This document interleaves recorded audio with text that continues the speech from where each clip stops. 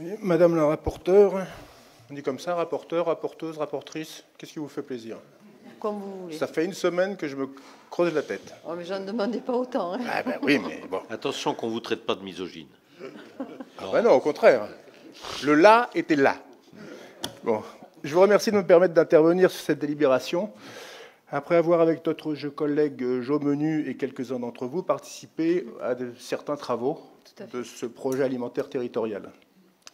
La densité des sujets abordés lors des sessions de travail a donc abouti à la rédaction du carnet de synthèse en référence qui était joint à la délibération.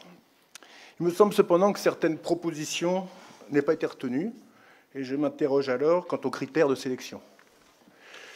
J'indiquais précédemment la présence de conseillers communautaires lors des travaux antérieurs. Dans les documents annexes proposés sont mentionnés les membres de l'équipe projet du PAT. Or, nombre de représentantes et représentants d'associations ou encore de citoyennes et citoyens ont activement participé au diagnostic.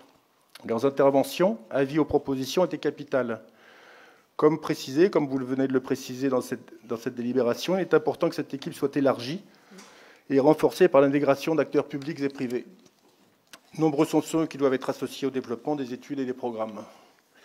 Permettez-moi quand même de revenir sur quelques points, très brièvement. Le sujet du droit à l'alimentation de qualité, pour tous, est majeur et essentiel. Mais il ne se limite pas à comparer bio et pas bio.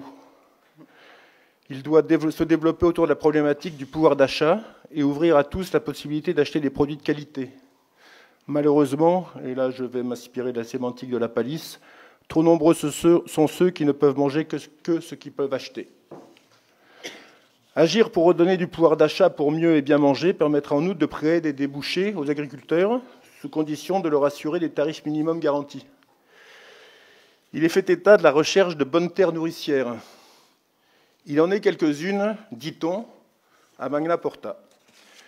Autre sujet majeur essentiel, celui de la problématique de l'eau.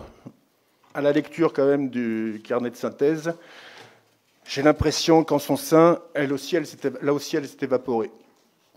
Enfin, dans le cadre des budgets nécessaires au projet alimentaire territorial et au soutien de la filière agricole, il est mentionné un budget général en 2022 de 345 300 €. Est-ce que vous pouvez me préciser le montant global du budget envisagé pour la finalisation d'un PAT qui se doit d'être ambitieux? Je vous remercie.